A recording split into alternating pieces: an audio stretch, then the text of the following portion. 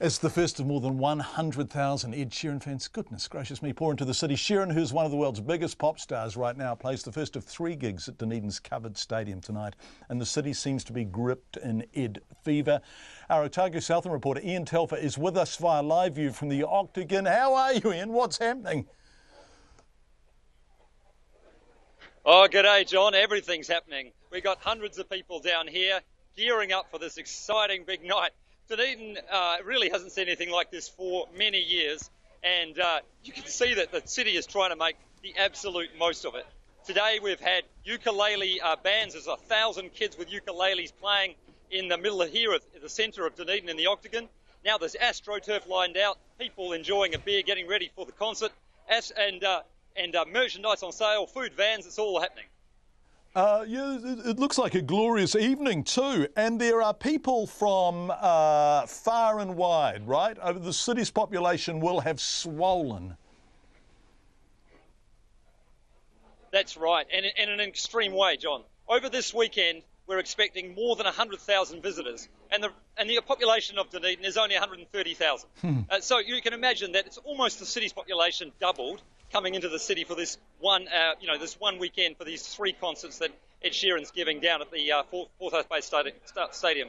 So it is a very big deal, and for that reason, the city's been rolling out everything it can think of. It's hung lanterns here. It's organised. It had an Ed Sheeran governance committee even for the city. It's done everything it can think of to sort out the liquor laws, the trading issues, the accommodation, everything, just so that this is a success. They're desperate to make it a memorable one and a winner for the city. So you're bang in the middle of the city there. What's happening at the stadium itself? But I guess there will be seats there because it's a sports stadium, but there will also be a mosh pit and standing room. So were there eager people queuing up to get as close to the stage as possible? Oh, that's right, John. Earlier today, there were people queuing up. In fact, they were there from last night. They camped overnight, 40 of them or so. Were there by 7 o'clock this morning. We got down there and we were talking to them this morning. Some of them had travelled from Tauranga. They travelled from overseas. One woman we talked to came from Sydney. She had been to 15 of his concerts already on this world tour. She's going to every New Zealand tour and every New Zealand concert, and it's her birthday today for her 19th birthday. So, there's one happy young woman. And there are a lot of people with a story to tell like that. Ed Sheeran fans seem to not just be passionate, they seem to be absolutely in the grip of this guy.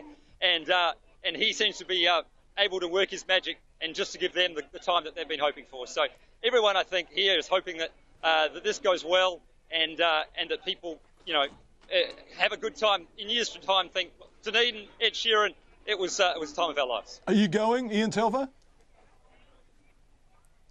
I'm not. I'm the only one in Dunedin not going, John. But I didn't realise how big the thing this was, and by the time I thought about it, gosh, it was too late. But listen,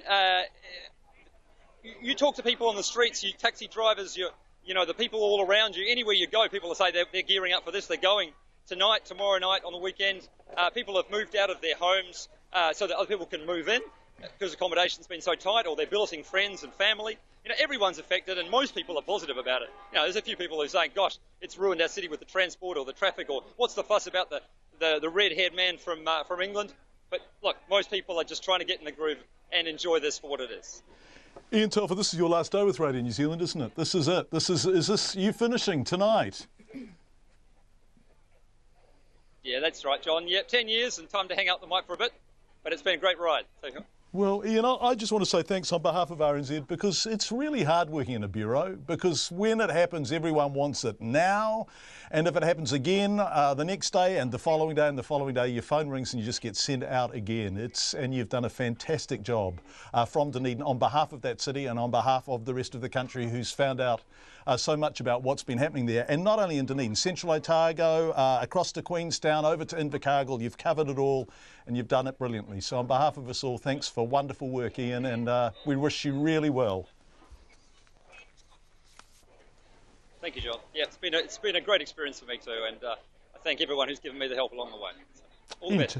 Ian Telfer, our outgoing Otago reporter, joining us live from a city abuzz with Sheeran fever.